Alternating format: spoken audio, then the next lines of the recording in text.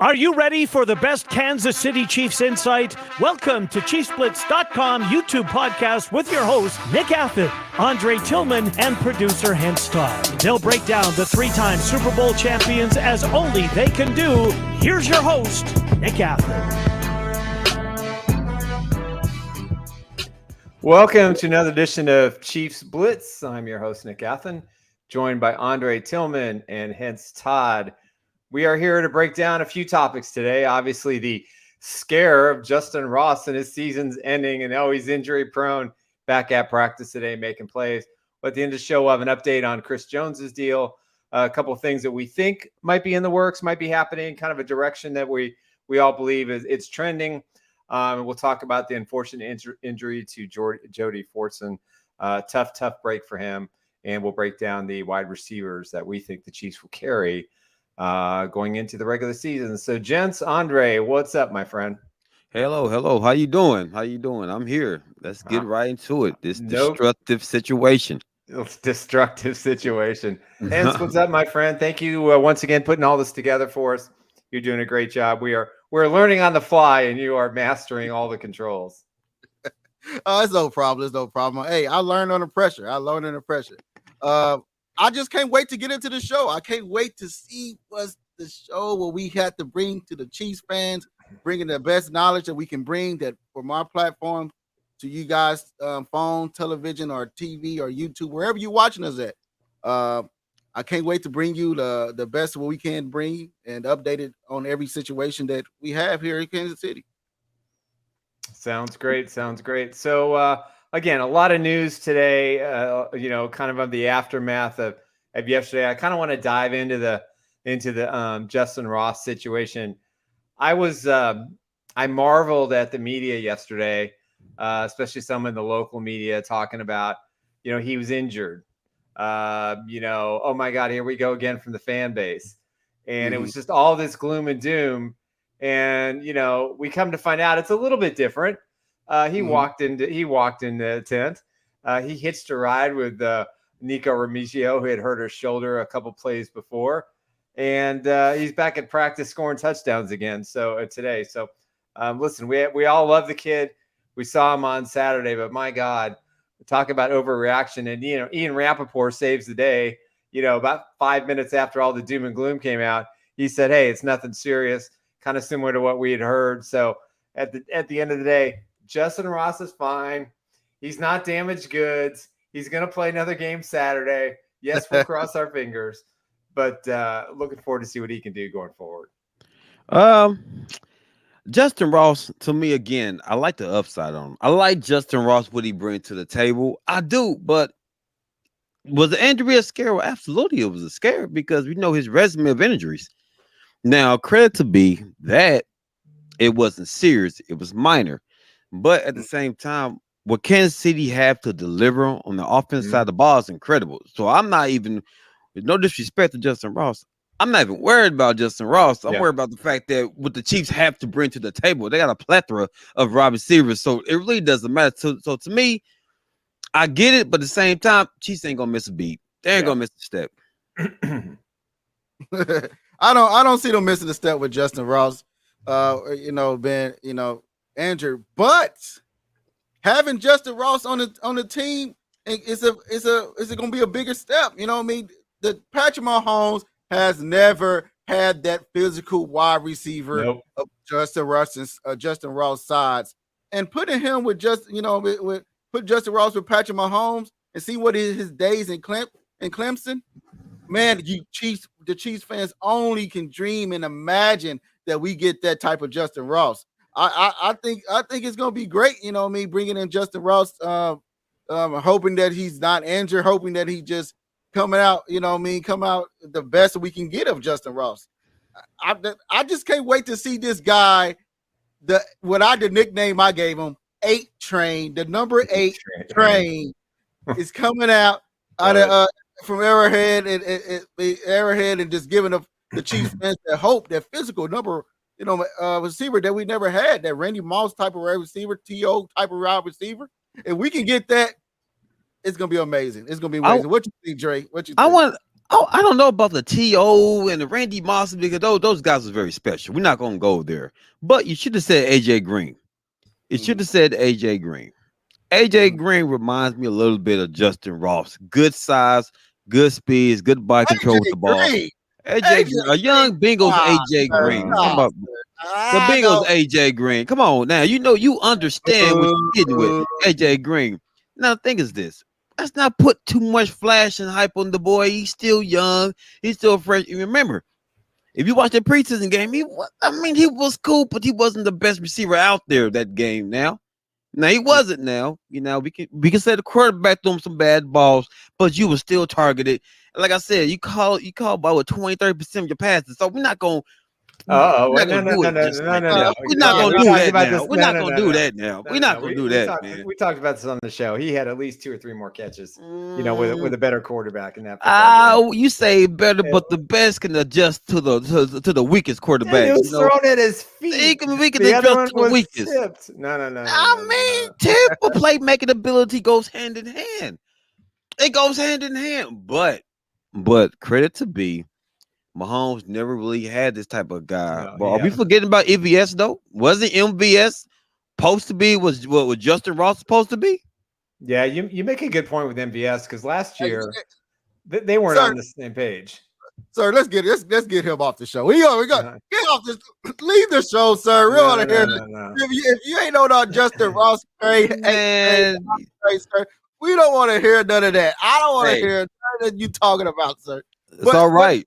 But again, some of the stuff you saying are facts. And some of his facts. You know what I mean? That if he's not going to be healthy, then where can we use it? All we can do is dream. Yeah. All we can do is dream on. You know what I mean?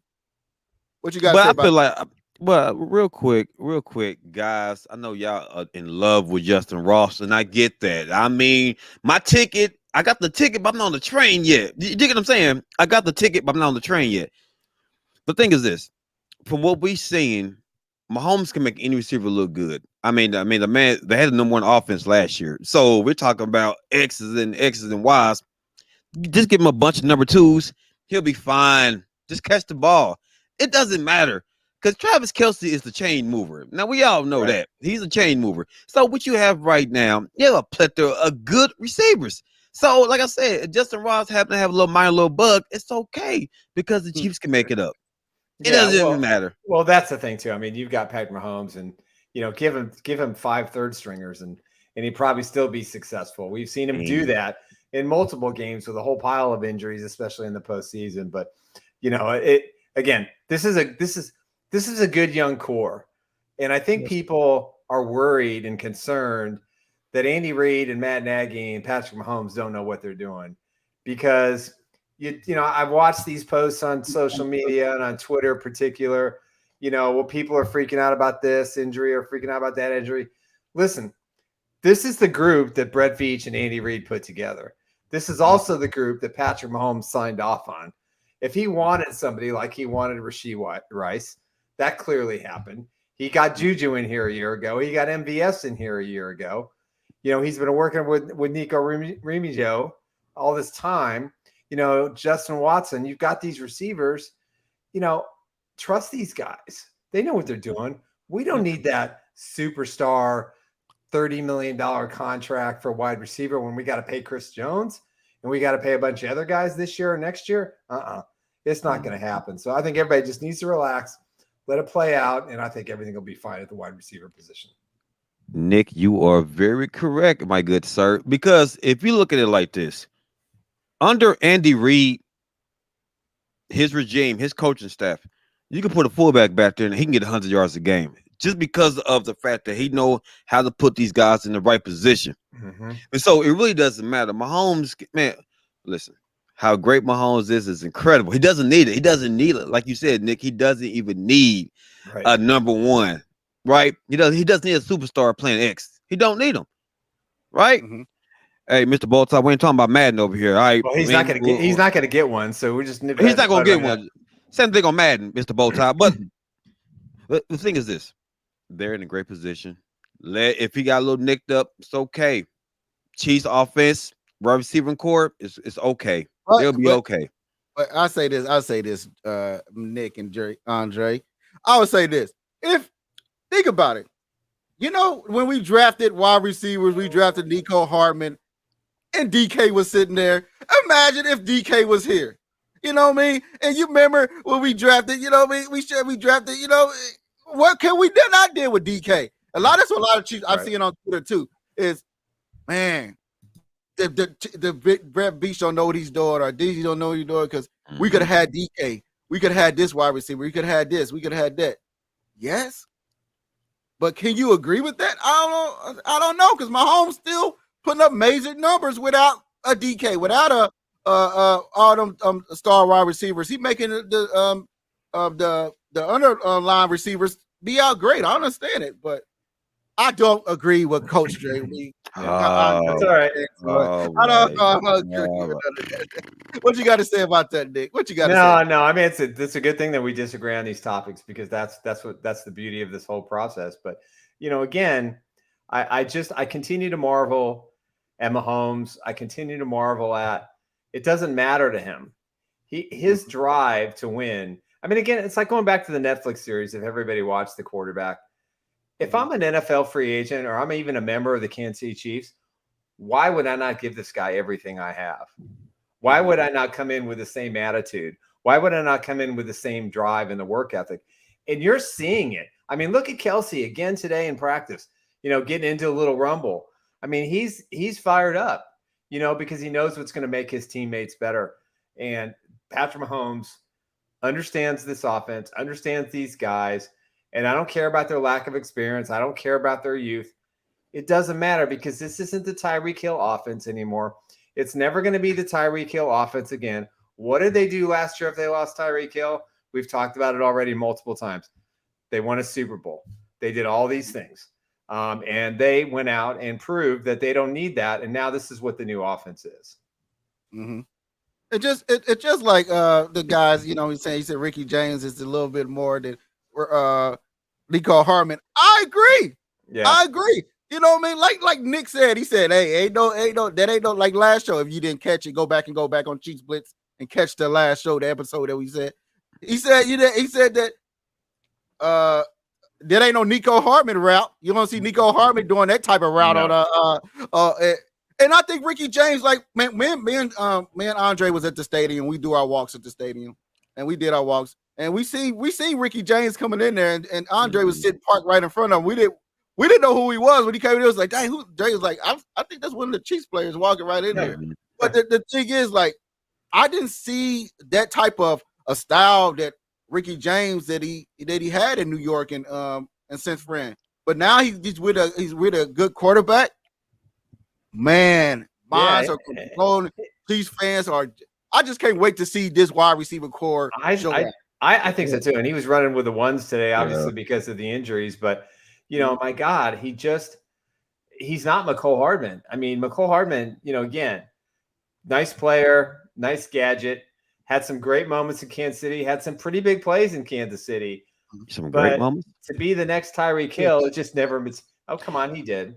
Okay. Yeah, no, he did. He's had some. I mean, he made some tough catches in the playoffs. The single catch that he made on that third down in the Bengals game, in the AFC title game, that extended that drive that allowed that MVS pass, which to me still goes down as my second favorite Mahomes touchdown pass. Obviously, first was to Sammy Watkins, but at the end of the day, you just have to look and marvel, and they're not the same kind of player. Listen, and Nick, none of these receivers are the same. That's what's the beauty about it. Nick, bow tie. What are we talking about? Y'all showing this man too much love. Mako was never that good. Are y'all not forgetting? You got not forgetting the way he broke down in the playoffs when Mr. Mahomes had to coach him back up. Y'all forget that. Okay, he was all down. We're not comparing about the past. We're talking about the future. And Richie, okay, and pass. Richie and Mahomes are completely different guys. So the past is done. Hey man, we got our Super Bowl ring. We're good. Okay, pass is done. Did you just bring up the past about Miko's legendary moments? I did. Now listen to make my point. Yeah, well, okay. Where James came in and overshadowed what Miko tried to be. All right, Miko is a washed up Tyreek Hill. He want to be like Tyreek Hill. He wants the attention, but he can never live to expectations. So now, bring it on to Mr. James. I like James. Mm-hmm. He's clutch, body control. He can get the job done. That's another plethora, one of the plethoras of receivers that Kansas City has. That's what I'm saying. Kansas City receiving core is so deadly.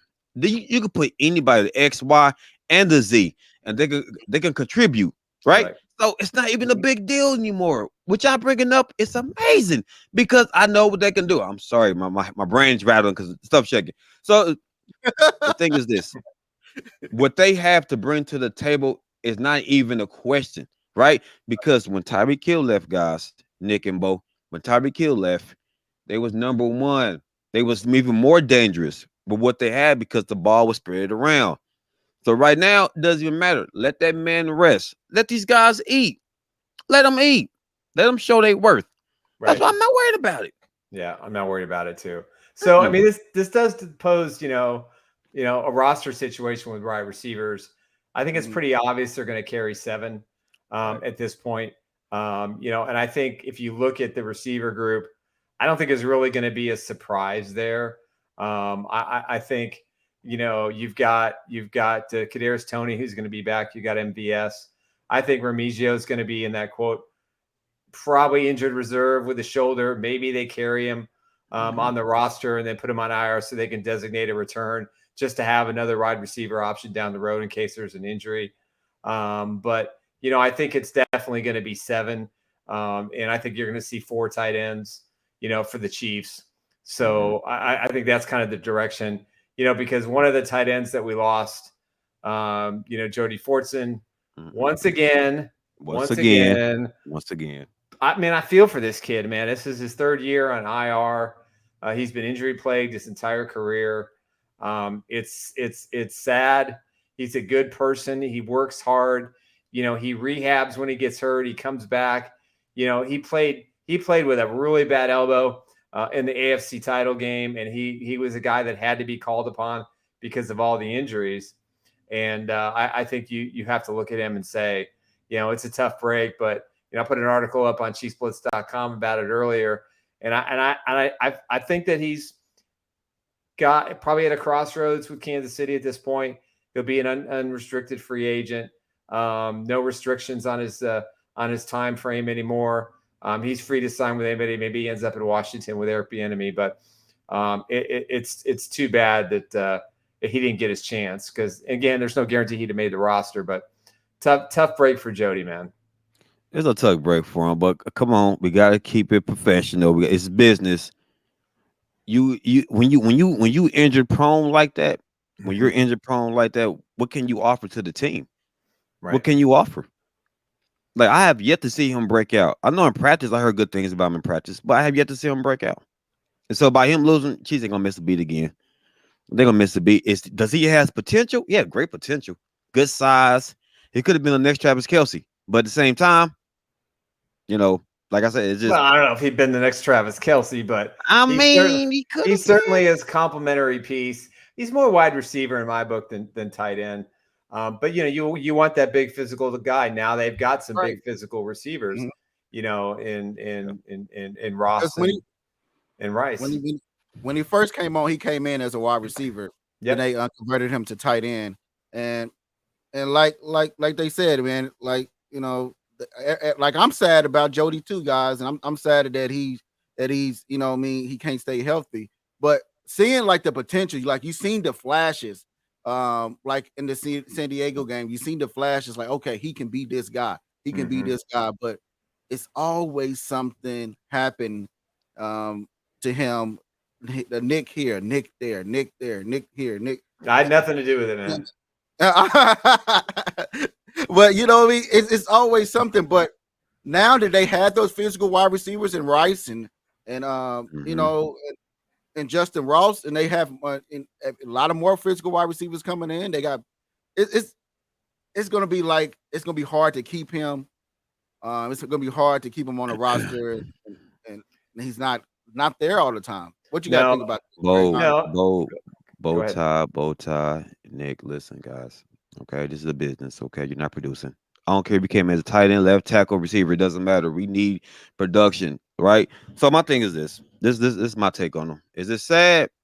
Yes, it's sad, right? It's sad. It is. But what have you brought to the field? What have you brought to the game? Mm-hmm. We know who he is. We know the upside, but what has he done on the field to make him like, listen, everybody get hurt in the NFL. It's how it is. You know, if you're not consistent, we don't need you. Yeah, If we're not consistent, we don't need you. Yeah, That's the nature of the game. Well, our buddy Brian Fraser makes a good point. One of the contributors that's going to be with Chiefs Blitz. You know, they have to keep Matt Bushman. Obviously, they're going to keep 4 tight ends. And Bushman, to me, I just love his game. I love his attitude. I love his route running. I love his hands. You know, he made a really big play in the game on Saturday that they sort of called pass interference. So that was a really lame, that was a lame call. But you look at it and say, okay, wasn't meant to be for Jody. Now it's Matt Bushman's opportunity. And I'm excited to see what he can do, because I know Travis speaks highly of him. Patrick speaks highly of him. And now he's got his chance. He's got his window open to show that, you know, if they carry 4 tight ends, which I think they will, because all 4 do different things. I think he'd be a great addition to the 53-man roster. Oh yeah, he is like good size. He's 6'5", good size on 245. I mean, that's a good size for a tight end. Big body, you know, probably be a good blocking tight end, right? Because not like for real. I think that's missed nowadays with tight ends. A lot of tight ends is more finesse, like a Travis Kelce. Not knocking Travis Kelce because he's phenomenal at the position. He elevated it, but the old school tight ends are still needed. The blocking tight end out the backfield, they can block downfield, they can help block on the run game. So what this young man can do, he can probably be a Pittsburgh tight end. You know, Pittsburgh tight ends were known for blocking and catching.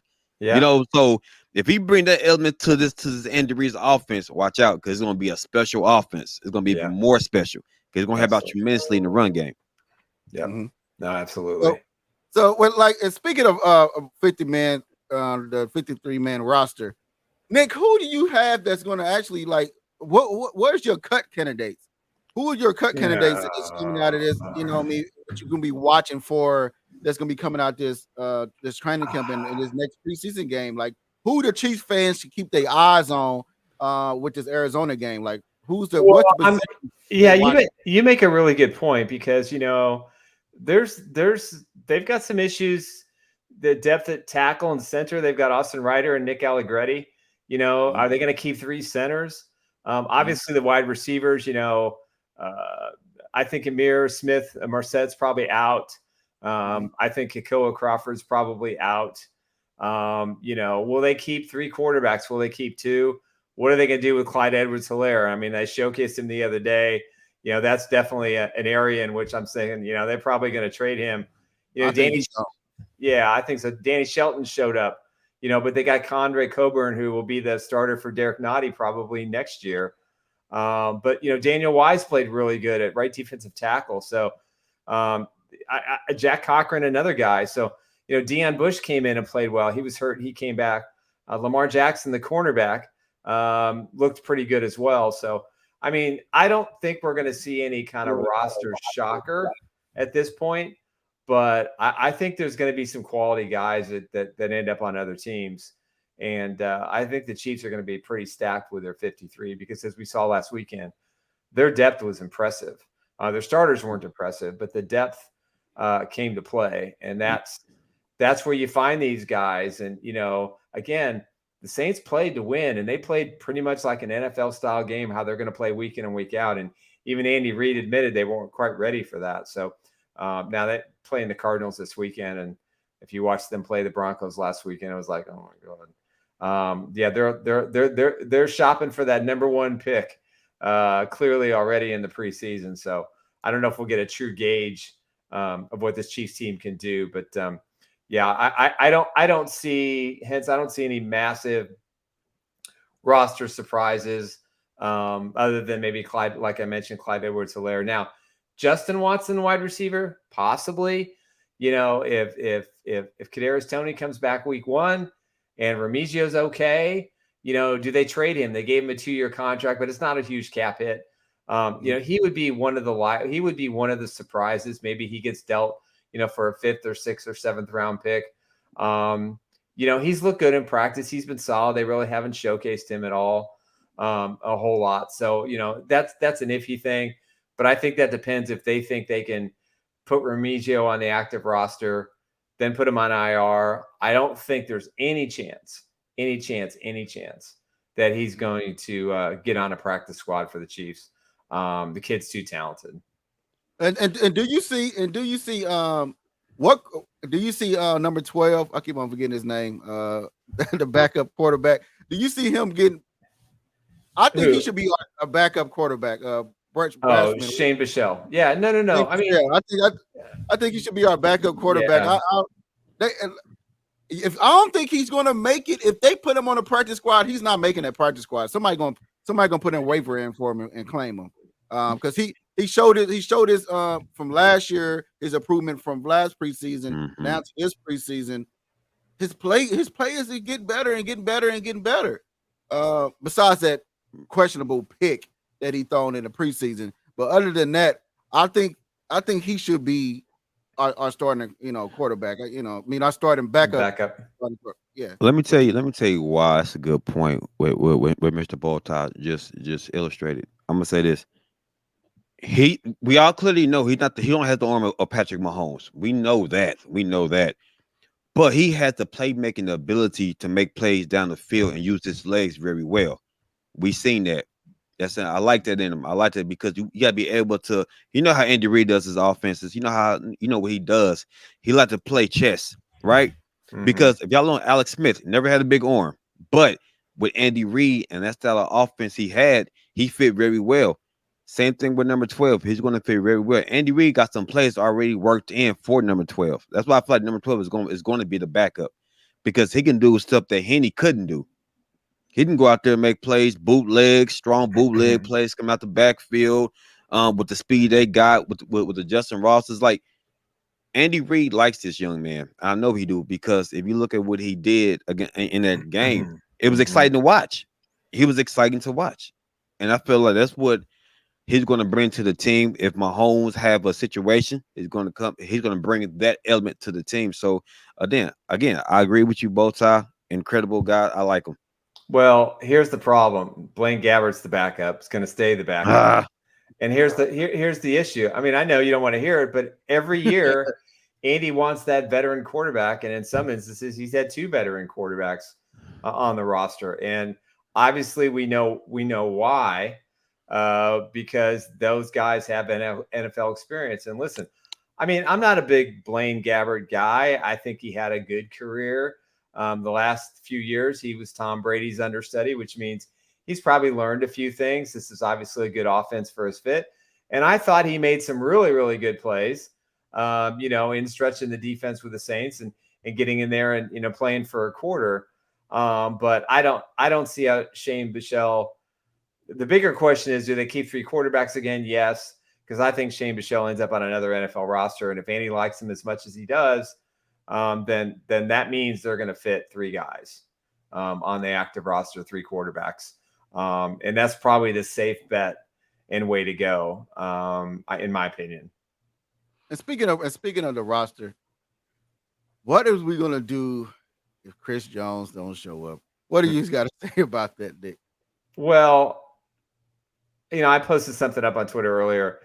Just my gut instinct tells me that I think they both know what the number is. And I think the Chiefs have hit the max line.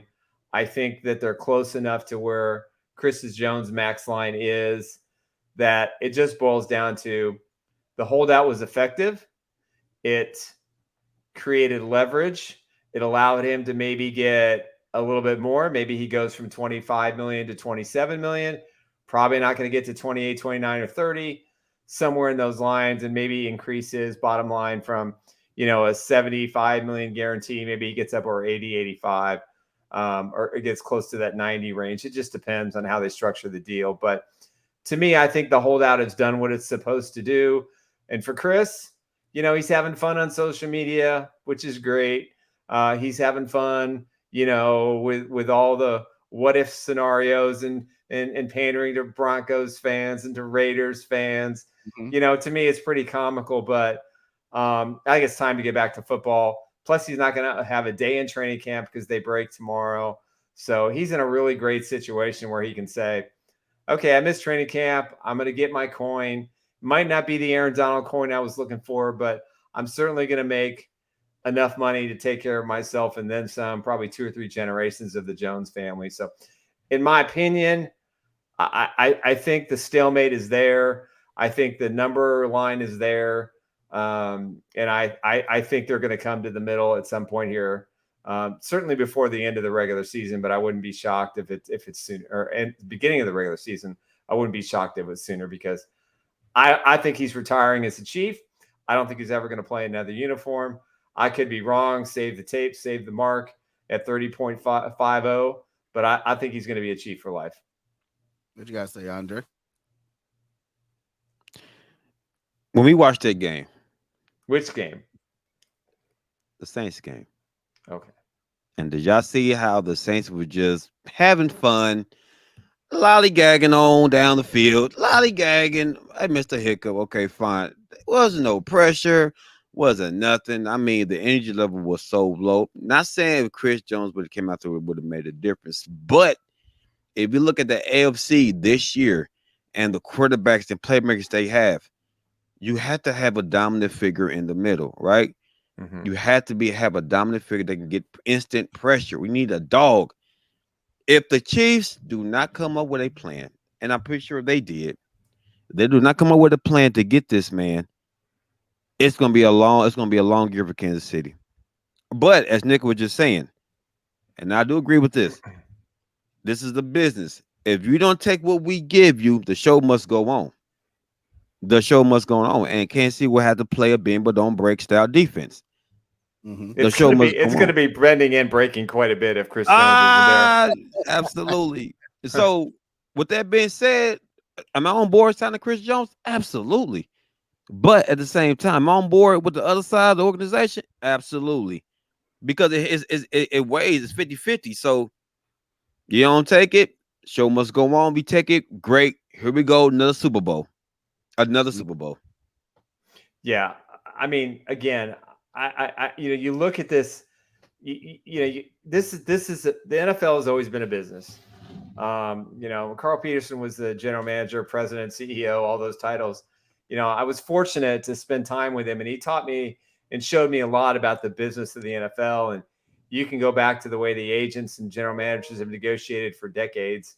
And, at the end of the day, what it boils down to is, can I accept this money? Will I accept this money? And it boils down to one thing. It boils down to the player. The player. If Chris Jones says 25, 26, 27, $28 million year is enough, this deal's signed. It's over. He's in Kansas City next week. Everything's great. He'll be forgiven. He'll get up on the podium and he'll give us that big old smile. And he'll be talking about Burrowhead and saying it's just a business. I'm back with my boys. I'm going to retire a Chief. All those likely scenarios will probably play out. So right now, I think the agents have done their job. I think Brett Veach has done his job to fit what the number that they can in the salary cap for this year, for the next 3-4 years. And right now it boils down to Chris Jones. So if Chris wants to retire a Chief, here's his opportunity to do so. Most definitely. Brian Frazier was like Chris Jones is needed. If we're talking about a dynasty, I'm going to break down real quick the dynasty. Defense win championships at the end of the day. At the end of the day, you must get pressure on the elite quarterbacks. If y'all watch that Bengals game, Chris Jones don't make that play, Bengals win the game. No. Bengals win that game. Chris Jones doesn't make that play, Bengals win the game. Mm-hmm. Seconds left, Joe Burrow was cruising. Y'all hear me? He was cruising down that field like the yellow brick road. That man was cruising like a week. No, he wasn't cruising. He threw that pass. No. We're gonna do that, Nick and Bo. We're gonna do this right now. He was not cruising. That man was just like pop. No. It was just smooth. Like pop. Yeah. It was smooth, right? In the second and third quarter, yes, but not in that fourth quarter. If Chris Jones doesn't make that play,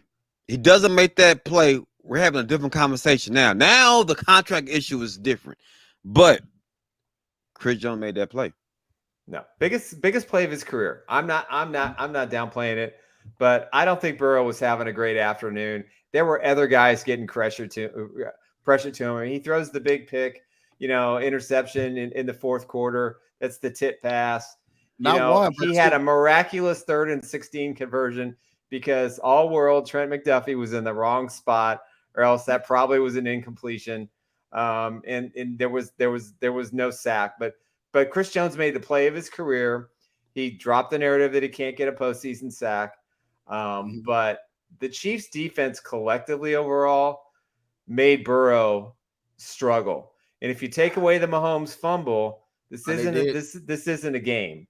I mean, the Chiefs probably win by double digits. Guys, Nick, I get what you're saying, Nick. It wasn't his night. It wasn't his night. I get it. For me, being the fan of the game, man, I can't agree because the man was smoking. Joe Burrow was like, guys, we're gonna get this win. It's over. The Chiefs fans was like in the uproar. That was like, guys, we're nervous. He's gonna do it again, and he was. But that shows the power of an elite. Hey, be honest. I was like that. I was like, oh man, it's right there. And let's be now. But again, then he threw that pass down the field. Then what? Who tipped the ball? But who tipped the ball though? Who tipped the ball? Right. But did the corner make a play, or was the corner beat? It doesn't matter. He still threw the interception. Though. That pass was still underthrown. Underthrown, overthrown. Don't matter. Play would have been made. Right. Nobody worrying about Joe Burrow, Kevin from Home Alone. We not worrying about nothing about the Bengals.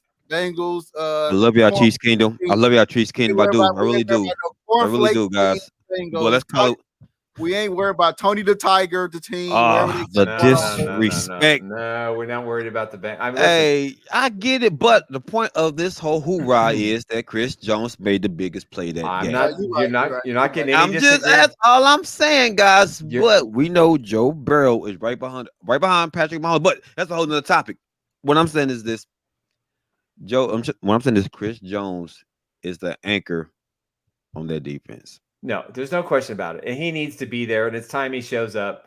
And I mean, it's just time. This has gone on long enough. Everybody's proved their point. The Chiefs have the line in the sand, and Chris has to say, okay, I'll meet you at the line. If not, he's already missed a game check. He's probably going to miss the second one unless they get something done before Saturday's game, which is possible. But this is all on Chris. Listen, he made his statement in the postseason. He's an emotional guy. He has never been anything different than what and who he is. Mm-hmm. And God love him for it. He has been the same since he hugged, Roger Goodell on the stage, for getting picked by the Chiefs in the second round. The same guy who shows up every week. The guy plays hurt. He lost his best buddy in Frank Clark going to the enemy in Denver. But if he wanted him here, like we mentioned, then he could have signed a deal, and maybe Frank's still here. I think Carlos Dunlap will probably return at some point. But again, this is all on Chris now. There's nothing else to do. All the cards have been played. Everybody's got 4 of a kind, and it's time to come together. All right, Chiefs Kingdom. Let me ask you. Go ahead, Mr. Bowtie. Go ahead, sir. Go ahead. I'm gonna ask the Chiefs Kingdom from the Blitz. This is a question from the Blitz.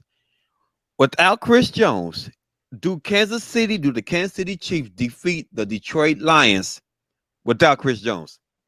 Yes. Yep. Simple answer. Was that an answer from a fan, or that was a real answer? No. Listen to me. I'm gonna tell you why the Chiefs are gonna win opening day, and we'll get to that, in a few podcasts ahead. I'm just saying the Chiefs are gonna win this game whether Chris Jones is there or not, because this is their crown to the Super Bowl title. They had, the COVID year. They had a few people in the stands when they had to play Cleveland. What was all the hype? Cleveland's going to upset the Chiefs in week 1. Right. The Detroit Lions are not defeating the Kansas City Chiefs with or without Chris Jones on opening night. This is the Chiefs' night. They're gonna raise that banner. There's no way those 53 guys and the coaching staff have not already begun to prepare their game plan for week 1. They're going to be ready. I think the Lions are a great story. I think they're a good team. I'm not sold on their quarterback. I love their coach, and I love his attitude. Hutchinson to me is going to be the next great defensive player.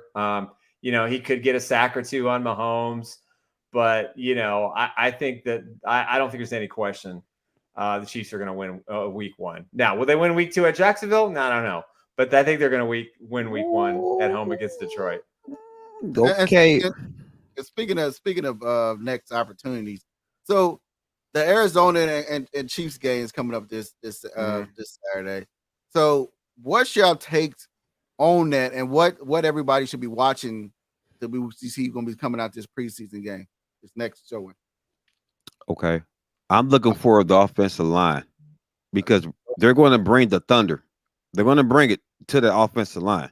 They're going to attack. They're going to attack. They're not going to hold nothing back. They're going to attack that offensive with the line. Cardinals defense, please. Absolutely. Mr. Nick, listen. Sorry. I didn't mean to interrupt you, Andre. Guys, I wear this hat proudly because I do love Kansas City with all my soul, but I'm split with my Cardinals now, but it's a different story. I know. I'm going to say this, Mr. Nick and Bowtie. The Cardinals are going to attack, and they're going to attack. The reason why I said offensive line is important because we got to see what the two tackles are going to represent. What are they? Can they handle the pressure? With or without Mahomes, can that offensive line hold up? Can it hold up? That's what I'm looking for, that offensive line. Well, I think the tackles were extraordinary against the Saints, even in that first series, just because they brought it. The Saints were bringing everything they could to crack that line. And if you look at some of the images from the top, Patrick had this beautiful horseshoe-shaped pocket that he could pretty much do anything. And I argue, and I will prove this point in looking at film from previous offensive lines, he doesn't have that often because the magic of Mahomes is, okay, hey, Orlando Brown, you're not going to block? No problem. I'm just going to go the other direction and see what kind of play I can make. Andrew Wiley, you missed this guy. I'm just going to go the other guy. Hey, Joe Tooney, you got somebody go up the middle. Well, I'm just going to slide to the right here and step up and make a play. So, listen, these tackles, these are going to be the best 2 tackles the Chiefs have had on a roster in the Mahomes era. I think so too. This reminds me of, 2005. Willie Rowe. No, we're not. No, we're not going to do that. We're not going to go for the grass offensive line. No, Willie Rowe and John Tate. No way. Amazing together. No way. These guys have a chance to be better. The grass offensive line? You compare this? These 5, I think these 5, if they stick together, now that's a big if. The greatest offensive line was in the Trent Green era with Wegman at center and Waters, Tate, Smith, and my man Willie Rowe, who was the most incredible bullies athlete I've ever seen in my entire life because the man could not walk during the week. And when the game was on, he ran like a deer. And he was phenomenal. He's the best pancake blocker I've ever seen in the NFL, bar none. You missing one guy. You missed one more guy, Mr. Who am I missing? Dunn. You missing one of the grass blocking tight ends. My buddy Jason, yes. That's right. Come on. One of the grass blocking tight ends. Oh, my gosh. Jason's going to be a future guest, so we're excited about that. But, Jason was the best blocking tight end I've ever seen. So he and Willie, man, it was like this 1-2 punch. I felt sorry for those cornerbacks and those safeties, even some of the linebackers, because when you got a left tackle like Willie Rowe coming 15 yards down the field, after he's already taken care of the defensive end and blown him, backwards, here he is come running and rolling. So, but again, to present day, this will be the best offensive line that Patrick Mahomes has. And if they can stay together and sign these guys long-term, which I think is the number one priority for Brett Veach beyond some of the other offseason signings he's going to have to make. I think I raise my hand on that before you finish. I think that's the number one priority over, in my opinion, Chris Jones. I think that's the number one priority, in my opinion, over Chris Jones, because you got Trey Smith, you got Kareem Humphrey coming up, and if you can keep those two together, watch out. That interior is gonna be deadly. That's why. But I agree with you on that. That the Chiefs is gonna be Patrick Mahomes' best offensive line. I think so. I like what y'all said. Patrick Mahomes. Yo. All right, we're not talking about see Nick. Now you know, you guys, that was a touching subject. That offense line with Trent Green and them boys was a different dog in the offensive line. They bullied Ray Lewis. Do you understand? One of the greatest linebackers ever. Bullied him. I loved that game so Oh much. man, do you know it ripped him a new one? That put that offensive line on the map. Yep, it did. When they That was the beat game. down Baltimore, I said, "Yo, like they're embarrassing Ray Lewis. They had him on the sideline crying." So when we say the best offensive line for Kansas City in the Mahomes era, yes, but the greatest offensive line, period, for Kansas City, no. Yep. But with the We'll Mahomes see. era, yes. Hey, it's early. I mean, trust me, we didn't think, I never thought John Tate would take the assignment to right tackle. I never thought he would be willing to do that. Right. And especially with his entry into the Chiefs and the Carl Peterson negotiations, which to me is still the classic one of all time. But they were remarkable, and they had a Trent Green who was, very good quarterback. They had Priest Holmes. They had LJ for a while. They had Blaylock. I mean, they had the kind of running backs and Gonzalez. I mean, they had these pieces that made it easy, and they had some patchwork. Eddie Kennison came out of nowhere after, and he played great. Johnny Morton. Johnny Morton played great during his time. Come on. So again, but when you factor in the level of quarterback that Patrick Mahomes is versus Trent Green, and then you look at the offensive line that's currently present, if they stay healthy, knock on wood that they are, I think they're going to be really solid. And it'll be interesting to me to watch not only this weekend, but throughout the season. If the pocket continues to hold and Patrick Mahomes can count to 3 or 4 and go through 2 or 3 or 4 progressions, and he could be a pocket passer all of a sudden, can you imagine? I can't. You're going to have to blitz. You're going to have to play. Safeties are going to have to play up. And we haven't even talked once about the running backs. They've got 2 or 3 guys that can be counted on to make chunks of yards. But if that offensive line can pass block and run block as efficiently as we think it is, then my goodness, it's a scary thought. I say this, speaking on the Arizona Chiefs game, watching the Arizona Cardinals versus play against the Broncos, and knowing what defensive coordinator they have over there, and knowing who's their head coach now, coming from Philly, I think this is going to be the Chiefs' real test coming up prior to the Detroit Lions. Watching them come out to how they was coming out to Russell Wilson, I was like, well, we're going to see if the Cardinals going to be good this year on defense, or it was just Russell Wilson when the Chiefs played the Cardinals. If Mahomes, y'all think there's a bow tie. You don't think it's a personal game for JG and them Cardinals over there? You think them boys ain't thinking back behind back of their minds like, y'all embarrassed me in the Super Bowl? They're going to attack. So Mahomes might play a drive. Mahomes might play one drive because they're going to attack Mahomes. They're going to attack him if he plays. But this going to be the biggest test to where we can see how good this offensive line is. Yep, the pressure. We'll find out. I don't think a lot of people giving Cardinals credit where it's like everybody think there's going to be a walkover this year, and I don't see it.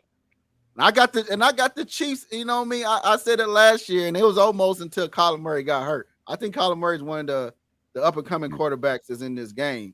You know what I mean? Watching his gameplay, and Jalen Hurts, he just had one good year. I don't think he's that like. I don't think he's like he's a flash in the pan for right now. I don't think so. No, I don't think he's a flash in the pan. Ooh, Well, first of all, he's not a flash in the pan because, I mean, he had a very easy schedule last year, and I think he had a very easy postseason up until they faced the Chiefs.